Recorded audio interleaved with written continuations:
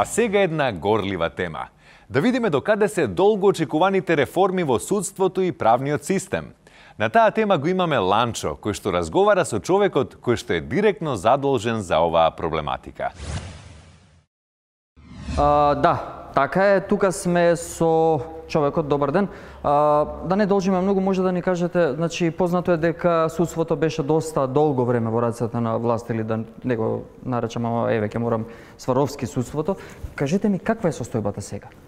И сега состојбата се веру нашето општество и слично, нели? Ние сакаме владата, нели, да се одвои од судството за да имаме независно судство и слично, нели?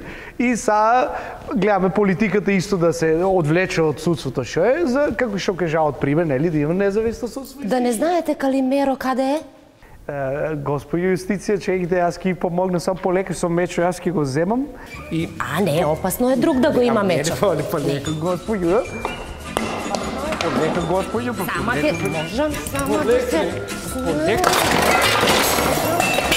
господи. Полека, бе, господи.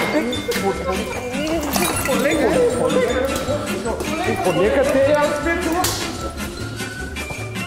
Шо биде? Шо биде, бе, дечки? Ете, драги гледачи, Вака не бива убаво општество. ја одјавуваме од тука. Се јавуваме во некои посветли времења. Се надевам дека правдата ќе успее да го најде Калимеро во оваа темница. Шо биде, бе, дечки, треба кали ќе општество.